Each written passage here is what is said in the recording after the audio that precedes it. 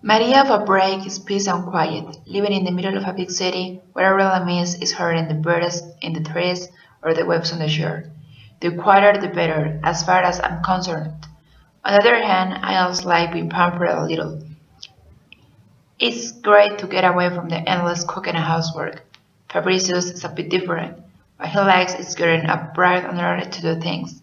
He loves windsurfing or climbing or exploring the local area. I prefer just getting up late, relaxing and doing nothing. But what we both love is going round a big group of tourists like a herd of sheep. For me, a crowd of tourists with their cameras just spoil the experience, even in the most incredible places.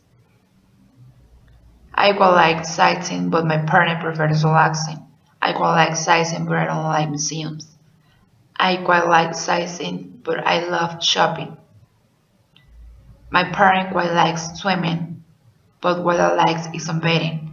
My partner quite likes swimming, but he hates sailing. My partner quite likes swimming, but he really likes surfing.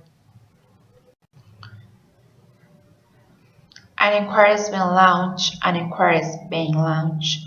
They are being charged, they've been charged. He's been arrested, he's been arrested. The alarm was raised, the alarm is raised. Did you hear the story in the news about the guy who went missing in his canoe? Yeah, I saw something about that on the news, but I didn't really pay much attention. What happened? Well, he went out in his canoe one day and never came back. And then, when his blue canoe was discovered on the beach, few weeks later, they declared him dead. So anyway, now he's reported after 10 years, missing and they're saying that he faked his own death. Why would he do that? It was an insurance fraud apparently. Yeah, but how could he claim insurance and he was supposed to be dead? His wife did it.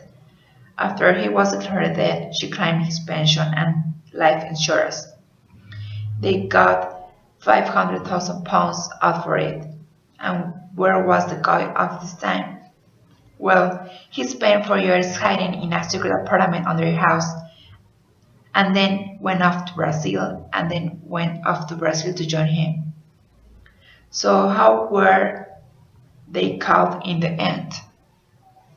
It seems that they had a fight about something out there in Brazil, and he decided to return to England.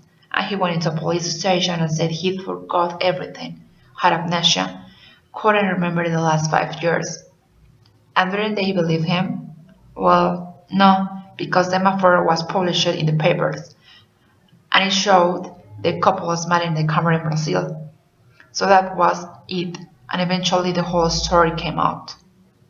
Sounds like they were a bit stupid, having photos taken of themselves. Yeah, maybe, but I guess it's just too difficult to keep a secret like that forever. True, if I were him, I'd want to get in touch with friends, let them know I'm still around.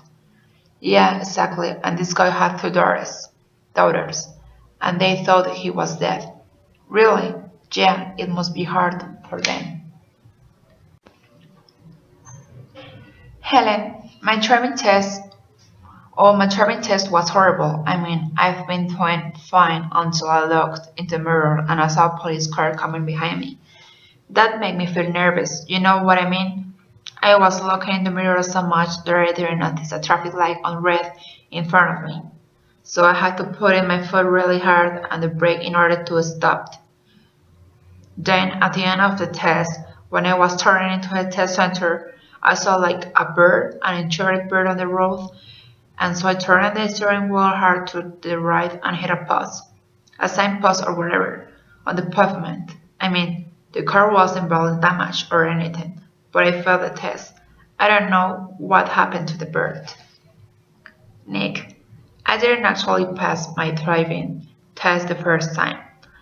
I think I was a bit unlucky, actually, because I've done everything right, you know. I started on a hill, no problem. I have done an emergency stop and on all that stuff. At the end, the last thing was instructor asked me to reverse around a corner, and I've been practicing this for months.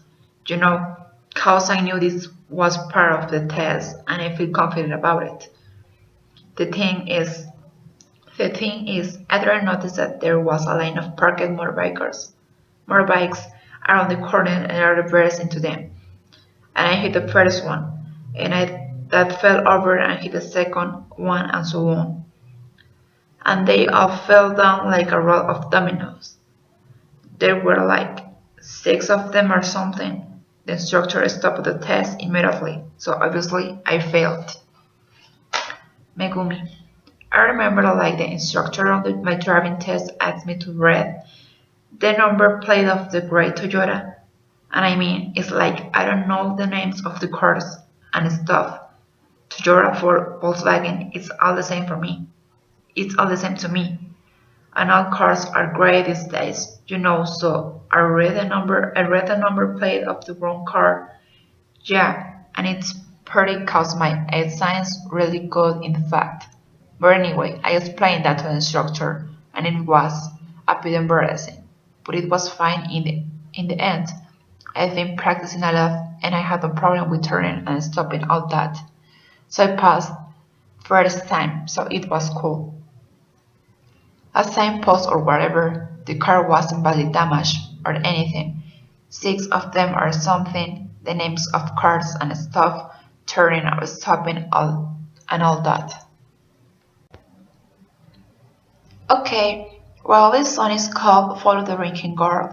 The drinking gourd was in fact the name of a well-known pattern of stars, and people used to use this pattern of stars to show them which way was north, because the last 2 stars in the pattern point towards the North Star. So really what the sun is saying is go north. Now, near the beginning of the song, it talks about when the sun comes back and when the first quail calls.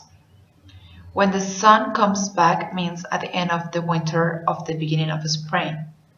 When the sun starts to get higher in the sky, and this also the time of the year when you hear the first calls of this bird, the quail. So what the sun is saying is to start traveling in spring. Now, in order to understand this, you need to know something about geography. The slave escape route to the north was cut by a large river flowing from east to west, the Ohio River, and in order to cross this river, the slaves had to wait till winter when the surface was frozen into solid ice and they could walk across. Now, it took nearly a year from them to reach the Ohio River from the cotton fields. So in order to reach the river when it was frozen, they would need to leave the previous spring. Okay, later in the song, we see a reference to an old man, and also the lead-foot pig food. This was a man who disagreed with slavery, so he used to help them slaves escape, and he was disabled.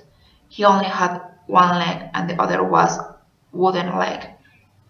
They called this man Pig Leg Joe, and he would show the slaves to wait by putting the mark on dead trees. So that's why the song talks about the dead trees will show you the way. The song says that the river bank will show you the way. Now this river in the Tombill River was a good route to follow because it flows directly from the north to south. And also it was good to walk beside a river because if the slave hunters came near with their dogs, the slaves would go in the water so the dogs couldn't smell them. Later in the song it says the river ends between 2 hills. So this is where the river Tommy with some big B ends, and the song tells the escape slaves to continue between the hills and then follow another river, the Tennessee River in fact, and they would follow the river until they reached the Great River, which is the Ohio River, and then hopefully they would walk across the ice. Once they were on the other side, the journey was a lot safer because there was a circuit organization there to help them, give them food and shelter. This was called the Underground Railroad, and they would help the slaves to reach Canada.